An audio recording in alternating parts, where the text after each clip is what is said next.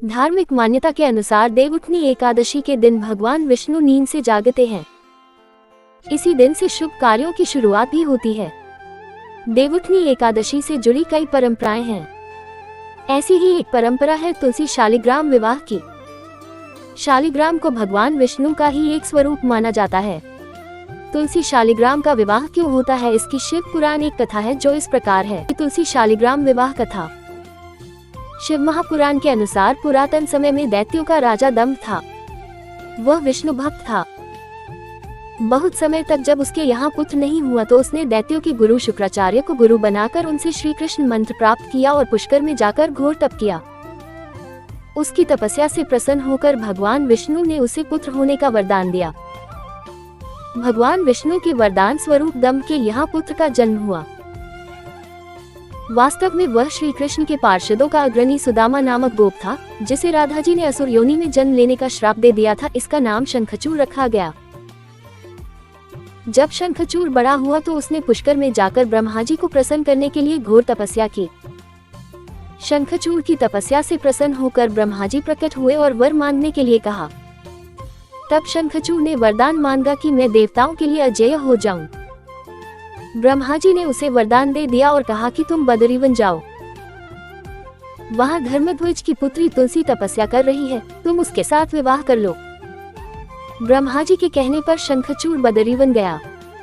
वहां तपस्या कर रही तुलसी को देखकर वह भी आकर्षित हो गया। तब भगवान ब्रह्मा वहां आए और उन्होंने शंखचूड़ को गांधर्व विधि से तुलसी से विवाह करने के लिए कहा। शंखचूड़ ने ऐसा ही किया। इस प्रकार शंखचूड़ व तुलसी सुखपूर्वक विहार करने लगे। शंखचूड़ बहुत वीर था। उसे वरदान था कि देवता भी उसे हरा नहीं पाएंगे।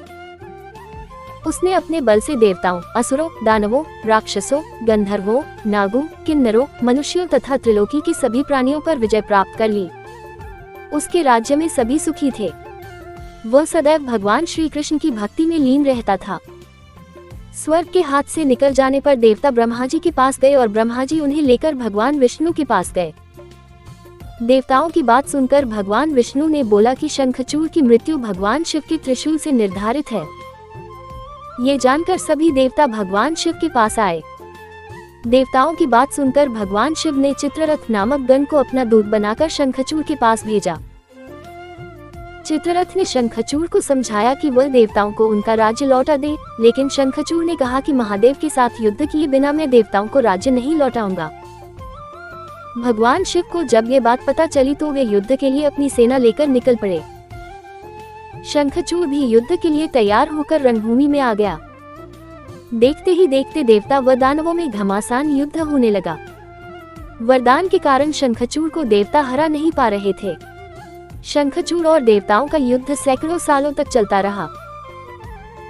अंत में भगवान शिव ने शंखचूड़ का वध करने के लिए जैसे ही अपना त्रिशूल उठाया, तभी आकाशवाणी हुई कि जब तक शंखचूड़ के हाथ में श्रीहरि का कवच है और इसकी पत्नी का सतीत्व अखंडित है, तब तक इसका वध संभव नहीं होगा। आकाशवाणी सुनकर भगवान विष्णु वृद्ध ब्राह्मण का रूप धारण कर शंखचूड़ के पास गए और उससे श्रीहरि कवच दान में मांग लिया। शंखचूड़ ने वह कवच बिना किसी संकोच के दान कर दिया। इसके बाद भगवान विष्णु शंखचूड़ का रूप बनाकर तुलसी के पास गए। वहां जाकर शंखचूड़ रूपी भगवान विष्णु ने तुलसी के महल के द्वार पर जाकर अपनी विजय होने की सूचना दी। ये सुनकर तुलसी बहुत प्रसन्न हुई और पति रूप में आए भगवान का पूजन किया व रमन किया। तुलसी का सतीत्व भंग होते ही भगवान शिव ने युद्ध में अपने त्रिशूल से शंखचूड़ का वध कर दिया। कुछ समय बाद तुलसी को ज्ञात हुआ कि यह मेरे स्वामी नहीं है। तब भगवान अपने मूल स्वरूप में आ गए। अपने साथ छल हुआ जानकर शंखचूड़ की पत्नी रोने लगी। उसने कहा, आज आपने छलपूर्वक मेरा धर्म नष्ट किया है और मेरे स्वामी को मार डाला। आप अवश्य ही पाषाण हृदय हैं, अतः आप मेरे श्राप से अब पाषाण पत्थर होकर पृथ्वी पर रहें। तब भगवान विष्णु ने कहा, देवी, तुम मेरे लिए भारतवर्ष में रहकर बहुत दिनों तक तपस्या कर चुकी हो। अब तुम इस शरीर का त्याग करके दिव्य देह धारण कर मेरे साथ आनंद से रहो। तुम्हारा ये शरीर नदी रूप में बदलकर गंडकी नामक नदी के रूप में प्रसिद्ध होगा। तुम पुष्पों में श्रेष्ठ तुलसी का वृक्ष बन जाओगी और सदा मेरे साथ रहोगी। तुम्हारे श्राप को सत्य करने के लिए मैं पाषाण शालिग्राम बनकर रहूंगा। गंडकी नदी के तट पर मेरा वास होगा। नदी में रहने वाले करोड़ों कीड़े अपने तीखे दांतों से काट काट कर उस पाषाण में मेरे चक्र का चिन्ह बनाएंगे। धर्मालुचन तुलसी के पौधे व शालिग्राम शिला का विवाह कर पुण्य अर्जन करेंगे। नेपाल स्थित गंडकी नदी, केवल इस नदी में ही मिलते हैं शालिग्राम। परंपरा अनुसार देव प्रबोधिनी एकादशी के दिन भगवान शालिग्राम व तुलसी का विवाह संपन्न कर मांगलिक कार्यों का प्रारंभ किया जाता है।